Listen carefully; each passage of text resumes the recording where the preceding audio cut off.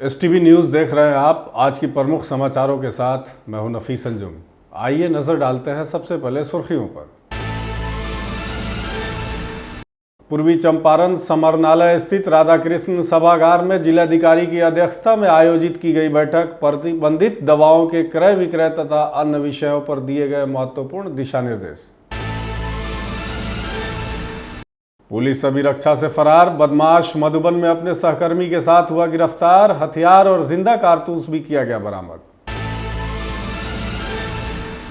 मारपीट के मामले में मौके पर पहुंची पुलिस दल पर हुआ हमला। ग्रामीणों द्वारा हमला किए जाने से एसआई की वर्दी फटी। इस चंपारण लायंस क्लब के द्वारा सदर अस्पताल मोतिहारी में किया गया निःशुल्क भोजन वितरण। क्लब के सचिव ने बताया, जरूरतमंदों को भोजन कराना है प्रभु की सेवा। मोतिहारी मेन रोड स्थित पानी टंकी के पास Usha machine and fan store का किया गया उद्घाटन। सभी तरह के उषा कंपनी के उत्पादों का होगा सेल एंड सर्विसेज। सदर अस्पताल मोतिहारी में 10 बेड का अलग से कैंसर वार्ड बनाने का लिया गया निर्णय। कैंसर से जुड़े सभी जांच तथा पूर्ण इलाज की व्यवस्था की जाएगी शुरू।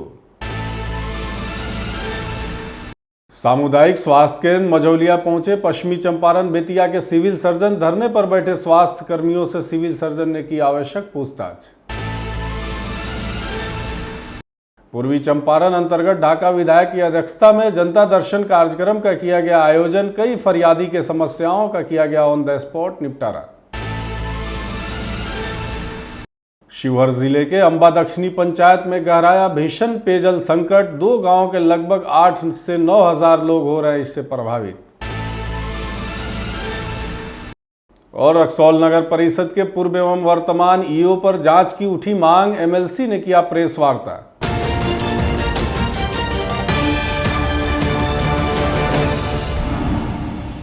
मोतिहारी में पुलिस से ही मारपीट का मामला प्रकाश में आया है। बताया जा रहा है कि रघुनाथपुर थाना क्षेत्र के दलित बस्ती में मारपीट के मामले को लेकर जांच करने गई पुलिस टीम पर ग्रामीणों ने अचानक हमला कर दिया, जिससे एसआई की वर्दी फट गई। पुलिस पर ग्रामीणों द्वारा हमले की सूचना मिलने के बाद थाना से अतिरिक्त पुलिस बल पहुंचकर एसआई को वहां से थाने ले आया। वहीं पुलिस टीम पर हमला करने के आरोप में 2 लोगों को हिरासत में लिया गया है। घटना के संबंध में बताया जा रहा है कि कलदेव मांझी और मुन्ना मांझी के बीच किसी बात को लेकर झगड़ा हो रहा था। इसी बीच पुलिस को सूचना मिली और इसके बाद जब घटनास्थल पर पुलिस पहुंची और मामले को शांत कराने का प्रयास किया तो कलदेव मांझी सहित अन्य ने पुलिस पर हमला कर दिया, जिससे वहां गए एसआई मनोज सिंह का वर्दी फट गया। इस आरोप में पुलिस ने कलदेव मांझी और महेंद्र मांझी को गिरफ्तार कर थाने लाई है, जिसके विरुद्ध कानूनी कार्रवाई की जा रही है। मैटर ये है जो हम कहनी है जो एक बेर के झगड़ा काहे ला 1000 बेर करता लोगन ना करो लोगन, बस हमरा के चटकन चला देलक। चटकन चलाइला के बाद कौन चलाया है चटकन? ई चलावलक हमरा पर। हम लइकवा से छोड़ावे लगलक। मने कौन चलाया है? मुन्ना मांझी। अच्छा अच्छा, मुन्ना मांझी चलाया था। तो मार के बम लइका से झुकलक हटावे ला छोड़ावे ला। तले बड़ा बाबू आके हमरा के 2-3 चाटिया देखी कैसा ब्लाउज फर रे भाई। बड़ा बाबू हमरा तो लुगो खुला के कोट में लुगा है पूरा काकी हो देखत नहीं सब लुगा 10,000 रुपया ठेटा में धइले रानी। हम बेटा भेजले रखा किस्ताला 10,000 रुपया हमर बड़ा बाबू खोल के लुगा ले ले बड़ा बाबू जन्नी आ हम देख के दासा देखी कैसा कइले बड़ा जे देखी बिहान हम कोर्ट में केस होई। कोर्ट में बिहान कोर्ट में हम केस करब। देखी हमार हालत कैसा पहले बड़ा बाबू। आरोप लग रहा है कि जो है आप लोग उनको मारे हैं। ना कोई नहीं छोड़ावे गेला खावे तो मालिक के हमरा पकड़ के आ मार के आ पीट के ले गेल वाले। मालिक हमर छोड़ावला खा जे काहे हमरा पहले आके मारता तो मालिक के हमरा दे गेल वाले पकड़ के आ फिर हमरा दांत के 2 आदमी को ले गया। हां 2 आदमी के ले गेल वाले छोड़ावला खातिर जे काहे हमरा पहले आके बड़ा बाबू के तो हक ना बाजे है झूला फाड़ दी आ मार दी। जहाँ तो फरियाव चाहिए अथी झगड़ा न फरियाई चाहे बातें न कोई जहाँ हक जाओ। हमारा विनोद मांझी। हाँ, क्या हुआ है इसमें?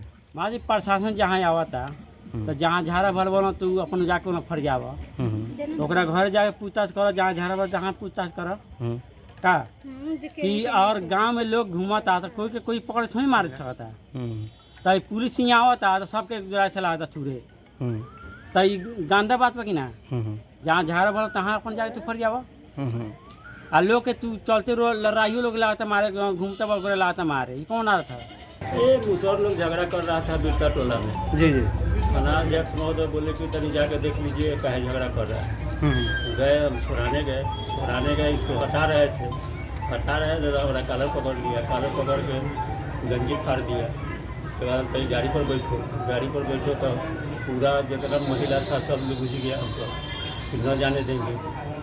हम भी कहे कि ठीक है, फोन किया थाना पर से और बल आया, उसके बाद लेके आए।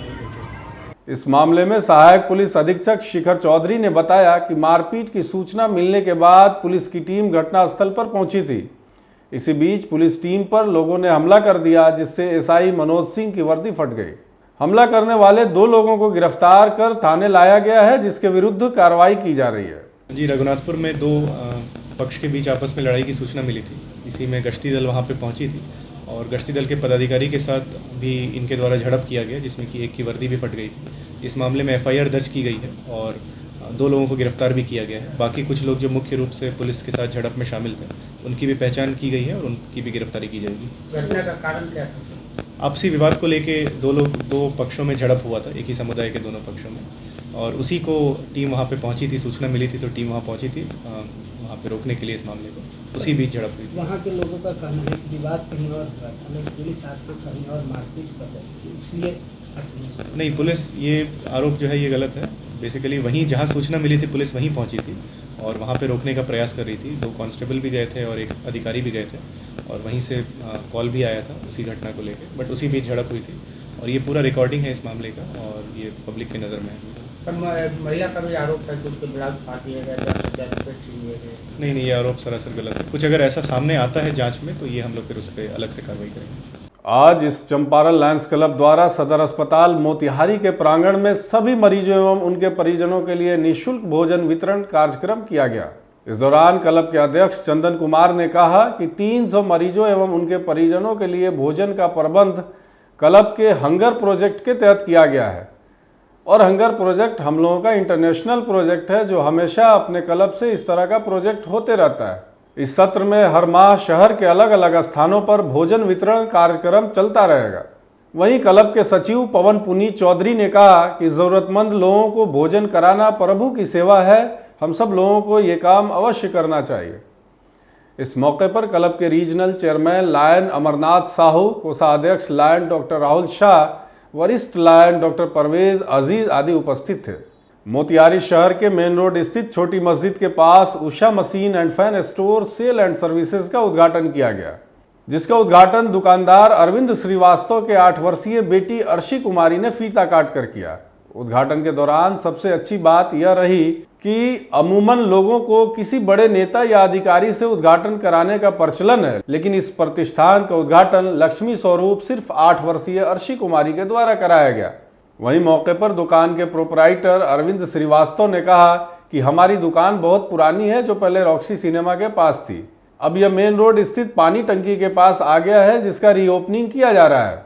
आगे उन्होंने कहा कि हमारे यहाँ सभी कंपनियों के फैन, सिलाई मशीन, मिक्सर मशीन, कूलर आदि का सेल एंड सर्विसेज भी किया जाता है। रीओपनिंग हो रहा है। Usha machine and fan store बहुत पुरानी शॉप थी, लेकिन बढ़िया से सज धज के जो है नए बाज़ार में, नए समाज के हिसाब से, नए तरीके से, मार्केट के हिसाब से इसको रीओपनिंग कर रहे हैं हम 1/8/2024 को, और बहुत अच्छा लग रहा है। और मार्केट में जो उषा नामी काफ़ी है और विश्व में भी नाम काफ़ी है, एशिया में भी पहला नंबर है। और सब जी, उषा का गीजर है, उषा का कूलर है, उषा का मिक्सर ग्राइंडर है, उषा का सिलाई मशीन है, उषा का फ़ैन है और अदर अप्लाइंसेस बहुत प्रोडक्ट है हमारे। सर्विस हमारा इतना बढ़िया है कि सेल हमारा उससे छुपा नहीं है, रुका नहीं है। अगर हम सर्विस पर ज़्यादा ध्यान दे रहे हैं तो सेल हमारा कोई नहीं रोक सकता है, और आज है भी। मकसद यही है कि लक्ष्मी है, घर की लक्ष्मी है। नेता मंत्री से कटवाएंगे वो भी ठीक है, लेकिन हमारी घर की बेटी है, लक्ष्मी है, तो लक्ष्मी स्वरूपा दुर्गा, माँ दुर्गा, सरस्वती, लक्ष्मी, तो हमने अपना सोचा है कि यही अच्छा रहेगा हमारे लिए, हमारे जीवन के लिए। और अरविंद कुमार श्रीवास्तव प्रोपराइटर हैं। पूर्वी चंपारण स्थित मोतिहारी सदर अस्पताल में 10 बेड का अलग से कैंसर वार्ड बनाने का निर्णय नीतीश सरकार ने लिया है। गौरतलब है कि पूर्वी चंपारण में लगातार कैंसर की मरीजों में इजाफा हो रहा था, जिसको लेकर मरीजों को मुजफ्फरपुर या पटना रेफर करना पड़ता था, जिससे उन्हें काफी परेशानी का सामना करना पड़ रहा था। वहीं अस्पताल में अलग से अब 10 बेड का कैंसर वार्ड बनने से लोगों को काफी फायदा मिलने वाला है।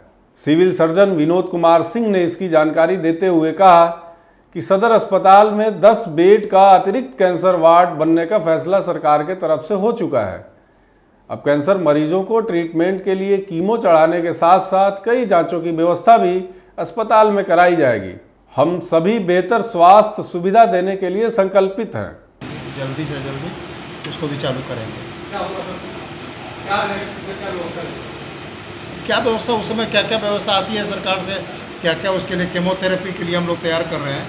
वहाँ रहेंगे तो केमोथेरेपी जो लिखा जाएगा दूसरी जगह से, जो डायग्नोसिस करके दूसरे जगह से केमोथेरेपी के लिए दूसरे जगह जाना पड़ता है, वो केमोथेरेपी हम लोग उसमें भर्ती करके करेंगे। 10 मिनट। सामुदायिक स्वास्थ्य केंद्र मझौलिया एक बार फिर से सुर्खियों में आ गया है, जहां प्रभारी चिकित्सा पदाधिकारी डॉक्टर ओम प्रकाश और परिचारी संतोष शर्मा का विवाद गुरुवार को फिर से खुलकर सामने आया। गौरतलब है कि 2 दिन पूर्व ही जिला स्वास्थ्य विभाग द्वारा गठित टीम ने सामुदायिक स्वास्थ्य केंद्र मझौलिया पहुंचकर मामले की गहन जांच पड़ताल की थी, जिसकी धमक अभी ठंडी नहीं पड़ी थी कि गुरुवार को फिर से विवाद हो गया। आपस में विवाद करते हुए इतना हंगामा खड़ा कर दिया कि प्रशासन को सामने आना पड़ा, जिसके बाद स्वास्थ्यकर्मी धरने पर बैठ गए। स्वास्थ्यकर्मियों की मांग पर civil surgeon doctor Vijay Kumar Bettiah पश्चिमी चंपारण उक्त सीएससी पहुंचकर धरना पर बैठे स्वास्थ्यकर्मियों से एक एक करके आवश्यक जानकारी ली तथा संबंधित कर्मियों को कड़ी फटकार भी लगाई। वहीं लाभार्थी भुगतान में विलंब की जानकारी प्राप्त होते ही कड़ी फटकार लगाते हुए उन्होंने कहा कि सबसे पहले लाभार्थियों का भुगतान करें, तब जाकर अपना वेतन लें। इसी बीच आशा कर्मियों से भी उनकी समस्याओं पर बात की और आवश्यक दिशा निर्देश दिया।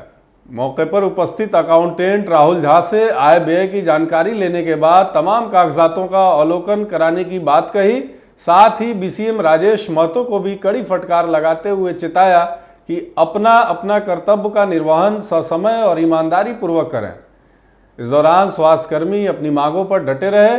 स्वास्थ्य कर्मियों का आरोप था कि प्रभारी चिकित्सा पदाधिकारी डॉक्टर ओम प्रकाश द्वारा स्वास्थ्य कर्मियों के साथ भेदभाव किया जाता है और गलत शब्दों का प्रयोग भी कभी कभार कर दिया जाता है। सिविल सर्जन ने सभी समस्याओं को सुनने के बाद निराकरण के लिए संबंधित लेखा जोखा को अपडेट करने और त्वरित निष्पादन करने का आदेश दिया। को जो घटना हुआ 9 तारीख को हमको आदेश दिया गया था पाइप का पानी निकलवाने के लिए, जबकि हम निम्न वर्गीय कर्मचारी हैं, मेरा काम नहीं है वो सब करवाना है। लेकिन फिर भी जब लेबर का अभाव में हमसे काम नहीं हो पाया तो हम सर को सूचित किए कि सर लेबर नहीं मिल रहा है। इस पे वो हमको पूरा सिस्टम को बिगाड़ कर रख दिया। तुम्हारा भूल गया है, तुमको ये कर देंगे वो कर देंगे। जूता निकाल करके मारने के लिए दौड़े, फिर कैलकुलेटर चला करके भी मारे, फिर वहाँ पर भी गाली गलौज किया अकाउंटेंट साहब के रूम में, अकाउंटेंट साहब के सामने। उसके बाद इस सब चीज़ों के हमने रिटर्न में कंप्लेंट भी किया। उसके कंप्लेंट के आधार पर 30 तारीख को जांच भी हुआ है। और आज फिर मेरे विरोध में जो है यही सब जो है मेरे द्वारा किसी भी कर्मी से कुछ नहीं किया जाता है। ऐसा मैंने जबरदस्ती एक एक कर्मी को बुला करके साइन करवाया जाए। मीटिंग तो सिंगल आदमी को बुला करके नहीं करवाया जाता है, एक एक आदमी का तो नहीं होता है। तो हमारा मर्जी, हम पदाधिकारी हैं, तुम हमको गाइड देगा, तुम हमको कहेगा उस हिसाब से हम काम करेंगे, तुम हमको समझाएगा मीटिंग कैसे लिया जाता है। वही हम बोले सर इतना दिन का नौकरी अवधि में आज तक कभी नहीं देखे हैं कि मीटिंग रखा जाता है और एक एक कर्मी को बुला करके अपने चैम्बर में मीटिंग लिया जाता है और पेपर पर साइन करवाया जाता है। बस इतना ही पे हुआ है। उसके बाद बोले हैं कि जो तुम अराजकता फैला रहा है, माहौल खराब कर रहा है, काम बंद करो, कुछ काम नहीं होगा। थाना पर फोन किए हैं, हमको अरेस्ट करो, हमको हाथ पकड़वा करके हमको रविंद्र जो धक्का मुक्की दिलवाते हुए ऑफिस में जाकर बंद करवाए हैं। वहाँ पे ये है कि आक्रोशित है कर्मचारी मेरा कि जो भी हो रहा है वो एकदम पारदर्शी होना चाहिए कि अगर कोई सिग्नेचर करा रहे हैं तो सबको जानकारी होना चाहिए, कोई मीटिंग करा रहे हैं तो सबके सामने होना चाहिए। इंडिविजुअल मीटिंग कैसा मीटिंग होता है। मेरा नाम सुशांत कुमार हुआ, मैं यहाँ का प्रधान लिपिक हूँ। सारे कर्मचारियों के द्वारा सुबह मुझे मौखिक रूप से फ़ोन करके बताया गया दूरभाष पे कि प्रभारी चिकित्सा पदाधिकारी के द्वारा जबरदस्ती हस्ताक्षर अभियान चलाया जा रहा है। दिनांक 30 तारीख को जांच किया गया था यहाँ पे सभी कर्मचारियों का जिनका शिकायत था उनका अपना बयान दर्ज किया गया। उस बयान दर्ज करने के बाद जांच कमेटी अभी तक अपना जांच समर्पित नहीं की है और ना ही कोई निर्णय हम लोग को मिला है। जिला से हम लोग को आश्वासन मिला था कि जांच कमेटी के द्वारा जो निर्णय आएगा वो आप लोग के पक्ष में होगा, कर्मचारी के हित में होगा। कर्मचारी यहाँ पे सारे कर्मचारी डर के माहौल में काम को कर रहे हैं, ये बात सत्य है। लेकिन सर के द्वारा अचानक आज अपने पद का दुरुपयोग करते हुए एक आवेदन टाइप कराए डाटा सेंटर में और सारे कर्मचारियों को एक एक करके बुला के साइन करवाने लगे। उसमें संतोष शर्मा के द्वारा बताया गया कि हम एक छोटा कर्मचारी हैं, अगर इस तरीके से होगा तो हम आत्महत्या कर लेंगे। हम बोले कि आप विरोध कीजिए उसका। वो विरोध किए तो प्रभारी सर के द्वारा थाना मझौलिया को फ़ोन करके 4 थानेदार को बुला लिया गया। उनके साथ धक्का मुक्की करके उनको कार्यालय में बंद करवा दिया गया। रविंदर प्रसाद जीएनएम और संतोष शर्मा कार्यालय परिचारी बंद थे। हम आए, इस माहौल को देखे तो हमें काफ़ी दुख हुआ, क्योंकि कर्मचारी के प्रधान होने के कारण मेरा कर्तव्य बनता है कि हम कर्मचारी का समर्थन करें। हमने सर से बोला तो सर ने बोला कि नहीं, ये लोग ये है ऐसे वैसे, इसलिए हम लोग इसका विरोध करते हुए धरना पे बैठे हुए हैं, जिसकी सूचना सिविल सर्जन महोदय को, आसानिक शल्य चिकित्सक महोदय को और अपने संगठन के जिला मंत्री को दे दिए हैं। और जब तक सिविल सर्जन महोदय नहीं आएंगे हम लोग धरना पर से नहीं उठेंगे। अभी कुछ दिन पहले जांच हुई थी, उसी जांच को प्रभावित करने के लिए संतोष शर्मा जो कर्मचारी परिचारी हमारा है, वो इस तरह का सारा षड्यंत्र रचा है और उसको माहौल को खराब कर रहा है। आज भी सुबह में जब हम एएनएम जीएनएम की बैठक बुलाए हुए थे ड्रेस कोड और इसमें, और बाकी दूसरे डिपार्टमेंट के लोगों को भी हम बुला करके बातचीत कर रहे थे, तो इनके द्वारा हमारे कक्ष के पास में आके हंगामा किया जा रहा था, काम करने से रोका जा रहा था और सुसाइड की धमकी दी जा रही थी।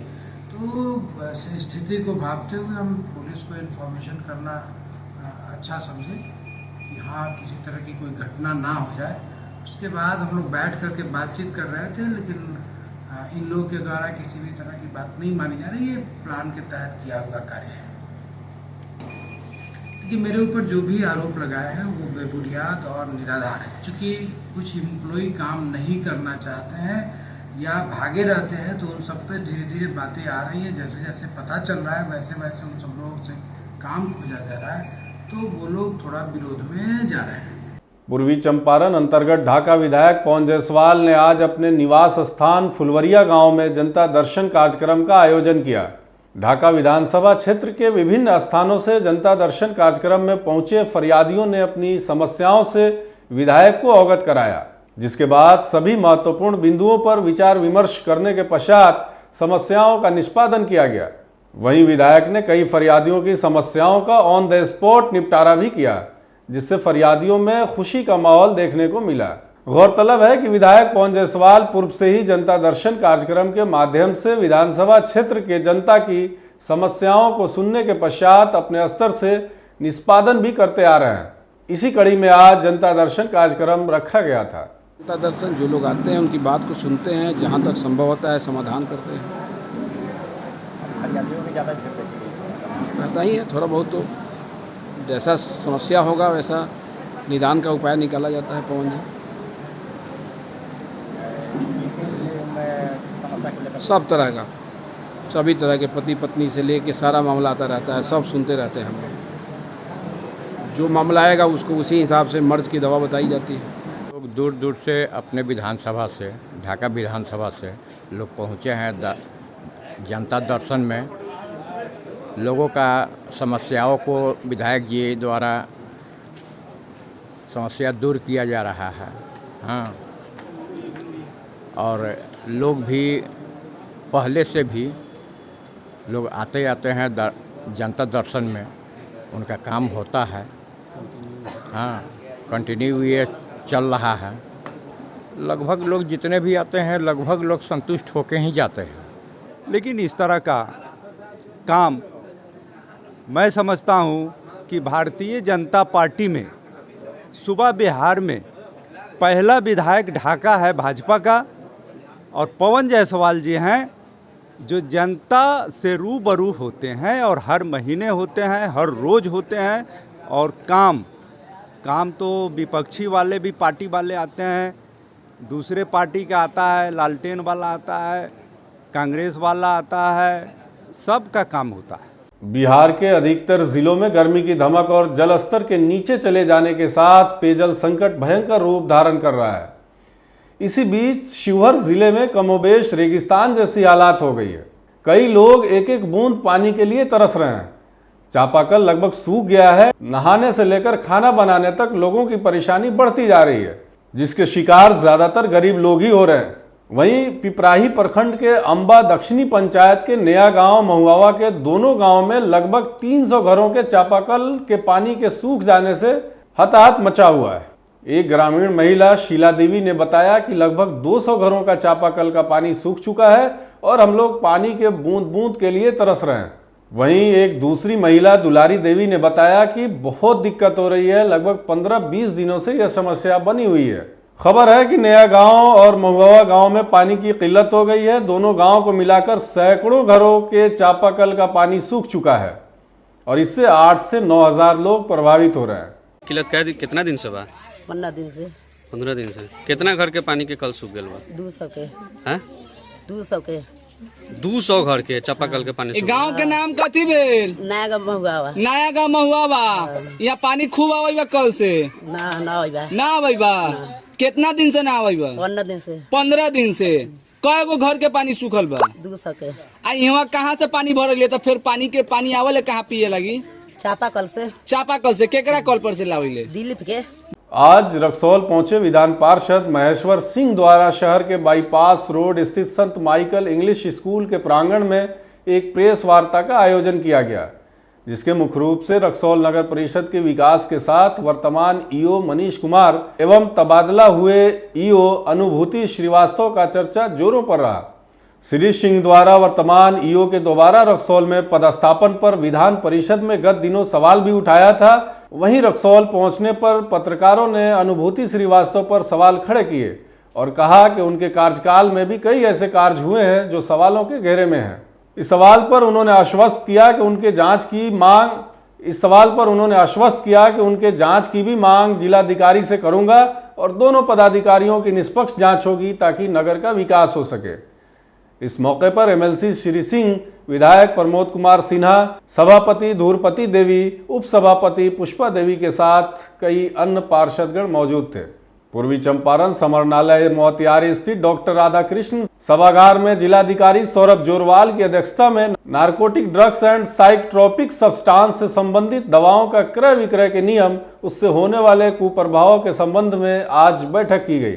बैठक में उपस्थित औषधि नियंत्रण प्रशासन के प्रतिनिधि ड्रग इंस्पेक्टर विकास शेरोमनी ने सभी बिंदुओं पर ड्रग एंड कॉस्मेटिक एक्ट के नियमानुसार जानकारी दी तथा यह बताया कि नारकोटिक ड्रग्स के अंतर्गत आने वाले दवाओं में कुछ जीवन रक्षक दवाएं भी होती हैं, जिसका प्रयोग मरीज को डॉक्टरों के पुर्जे पर लिखित दवा का करना है। दवा विक्रेताओं को दवा को खरीद और बिक्री संबंधित सारी जानकारियां पारदर्शी रूप से रजिस्टर या कंप्यूटर के माध्यम से सुरक्षित रखना है। ड्रग इंस्पेक्टर ने बताया कि उनके द्वारा पूर्व में किए गए जांच में जिले में कई प्रकार के दवा निर्माण संबंधी त्रुटियां पाई गई थी, जिसकी बिक्री पर प्रतिबंध लगाया गया था। उन्होंने बताया कि नेमोस्लाइड, एसिक्लोफिनेक, डाइक्लोफिनेक, केटोप्रोफिनेक आदि मिश्रित दवाओं का प्रयोग पशुओं पर किया जा रहा है, जिसका काफी कुप्रभाव है। पक्षियों की जो प्रजातियां आज विलुप्त के कगार पर हैं, जैसे नीलकंठ, गिद्ध आदि पर भी इन्हीं दवाओं का कुप्रभाव है। यह दवाई पशुओं में कई बीमारियों को जन्म देती हैं, जो पशु पक्षी के साथ मानव के लिए भी हानिकारक हैं। इस पर जिलाधिकारी के द्वारा प्रतिबंधित दवाओं की जांच लगातार करने का निर्देश देते हुए कहा कि नेपाल के सीमावर्ती क्षेत्र में दवा के अवैध क्रय विक्रय पर कठोर कार्रवाई करने की आवश्यकता है। जिलाधिकारी के द्वारा नेपाल की सीमा पर स्थित चेक पोस्ट पर विशेष निगरानी रखने का निर्देश जिला मद्य निषेध पदाधिकारी को दिया गया ताकि वहां से शराब का आवागमन भी रोका जा सके। साथ ही ड्रग इंस्पेक्टर को भी निर्देश दिया गया कि नियमित रूप से सभी दवा दुकानों की जांच करें, जिससे यह पता चल सके कि प्रतिबंधित दवाओं की बिक्री दवाओं की दुकानों में न हो, जिसका प्रयोग नशा के लिए किया जा रहा है। वहीं एमबीआई को निर्देश दिया गया कि उत्पाद विभाग एवं पुलिस विभाग द्वारा विभिन्न शराब कांडों में पकड़े गए वाहनों का मूल्यांकन शीघ्र करें, जिससे कि वाहनों की नीलामी की जा सके। बैठक में उपस्थित जिला खनन पदाधिकारी को अवैध खनन, भंडारण एवं परिवहन पर अंकुश लगाने का निर्देश दिया गया। इस मौके पर जिला अधिकारी ने कहा कि करों की भुगतान नहीं करने वाले ईंट चिमनी भट्टों को आगामी सत्र में चलाने का लाइसेंस नहीं दिया जाए। बालू घाटों की बंदोबस्ती के लिए शीघ्र विज्ञापन निकाला जाए एवं कार्य विभाग के अभियंताओं को निर्देश दिया गया कि उपयोग किए गए बालू एवं अन्य खनिजों की रॉयल्टी का भुगतान समय से करना सुनिश्चित करें। इस बैठक में जिलाधिकारी के साथ उप विकास आयुक्त, अपर समहर्ता, अनुमंडल पदाधिकारी, DCLR, DPRO, ड्रग इंस्पेक्टर, मद निषेध पदाधिकारी एवं जिला खनिज विकास पदाधिकारी सहित अन्य पदाधिकारी उपस्थित थे।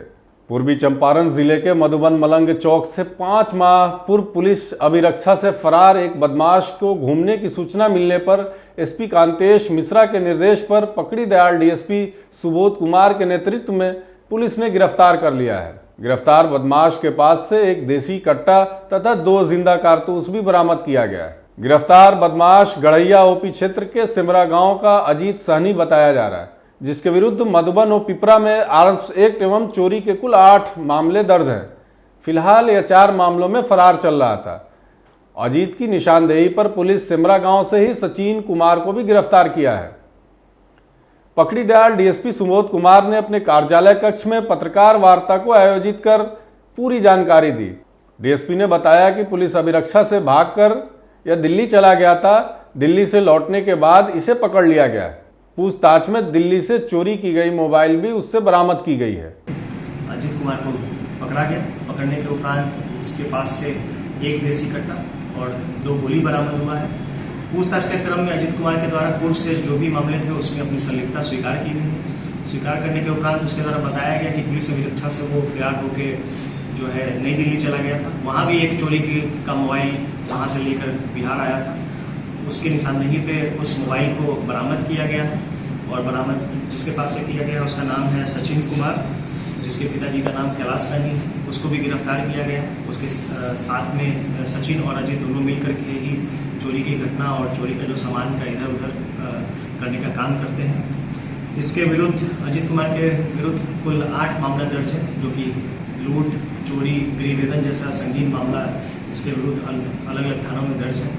और इस प्रकार एक थानाध्यक्ष मधुबन और गढ़ैया के द्वारा एक अच्छा कार्य किया गया है। आज के लिए बस इतना ही। तमाम तरह की खबरों और इंटरव्यूज़ के लिए देखते रहें ST न्यूज़।